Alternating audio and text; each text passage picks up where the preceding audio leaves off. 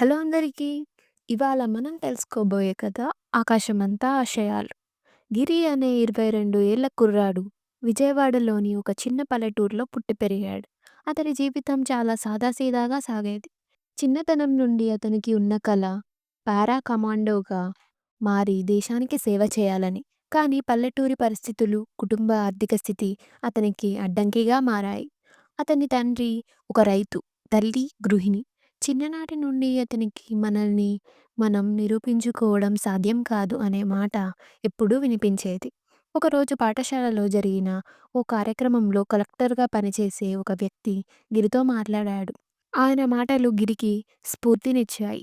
జీవితంలో ఎదగాలంటే ఒకే ఒక్క మార్గం ఉంది, మన ఆశయాలను నమ్మడం. ఆ రోజు గిరి ఇంటికి వెళ్ళి తన కొరకు ఒక ప్రమాణం చేసుకున్నాడు. ఏ కష్టమైనా నాకు లెక్కలేదు, నేను పారా కమాండోగా మారుతాను. గిరి తన బలహీనతల్ని గుర్తించాడు. అతనికి శారీరక శక్తి తక్కువ, ఆహారం సరిపడా ఉండదు, పైగా ఎప్పుడూ నిదానంగా ఉండే తత్వం. కానీ అతను మొదటి అడుగు వేశాడు. జిమ్. ప్రతిరోజు తెల్లవారగానే గిరి తన గట్టెక్కే శిక్షణ ప్రారంభించేవాడు. 7 నెలల పాటు అతను ప్రతిరోజు నడక, పరిగెత్తు, బరువులు ఎత్తడం వంటి పనుల్లో నిమగ్నమయ్యాడు. అతని శరీరం మారడం ప్రారంభించింది. కానీ కష్టాలు అప్పుడే మొదలయ్యాయి. అతని గ్రామస్తులు నీలా మురికి నీళ్లలో మొసలి పట్టుకోవడం ఏమిటి, వదిలే అని నవ్వుతూనే ఉండేవారు. గిరి కుటుంబం కూడా కొంతకాలం అతనికి తిడుతూ వచ్చింది.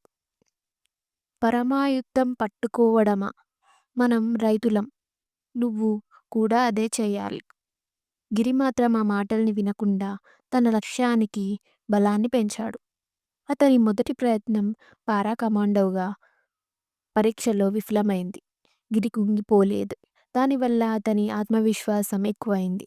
ఈ ఫెయిల్యూర్ నాకు నేర్చుకున్న పాఠం, ఇది నా విజయానికి మొదటి అడుగు అంటూ మరింత కష్టపడి శిక్షణ పొందాడు. ఆ సమయంలో గిరి కుటుంబానికి ఆర్థిక కష్టాలు వచ్చాయి. తండ్రి అప్పుల ఊబిలో కూరుకుపోయాడు. గిరి తల్లిదండ్రులు తినేందుకు కూడా ఇబ్బంది పడే స్థితిలో ఉన్నారు. గిరి తన శిక్షణతో పాటు ఓ రాత్రిపూట వాచ్మెన్గా పనిచేసి కుటుంబాన్ని ఆదుకున్నాడు. రెండోసారి గిరి పారా కమాండో పరీక్ష రాశాడు. ఈసారి అతను ముందుకెళ్ళాడు. కానీ చివరి శారీరక పరీక్షలో విఫలమయ్యాడు. ఇది అతని జీవితంలో అతిపెద్ద దెబ్బ. కానీ అతని గురువు ఒక మాట చెప్పాడు. గెలవడంలో అందరూ విజయం సాధించలేరు, కానీ నిజమైన వీరుడు పోరాడుతూనే ఉంటాడు. మూడో ప్రయత్నంలో గిరి తన సామర్థ్యాన్ని మొత్తం చూపించాడు. అతను భారతదేశ అత్యంత ప్రతిష్టాత్మకమైన పారా కమాండో బృందంలో చోటు సంపాదించాడు. తన గ్రామానికి, కుటుంబానికి అతను గర్వకారణంగా మారాడు. ఇప్పుడు అతను చెప్పే ఒక మాట విందాం. మనం మనసుకు నమ్మకం పెంచుకున్నప్పుడే గెలుస్తాం. కష్టాలు తీరవు, కానీ మనకు వాటిని అధిగమించగలిగితే బలం ఉంటుంది. ఈ కథకు ముగింపు ఏంటంటే, గిరి కథ ప్రతి యువకుడికి స్ఫూర్తి. కలలు చూసినప్పుడే కాదు, వాటిని సాధించడానికి కష్టపడ్డప్పుడు నిజమైన ఆనందం ఉంటుంది అని అతని జీవితం చెబుతోంది. ఈ కథ మనకు ఒక మాట చెబుతుంది, మన ఆశయాలపై విశ్వాసం ఉంచితే ఆకాశమే హద్దు కాదు. ఈ కథ మీకు నచ్చితే లైక్ చేయండి, షేర్ చేయండి, సబ్స్క్రైబ్ చేయండి.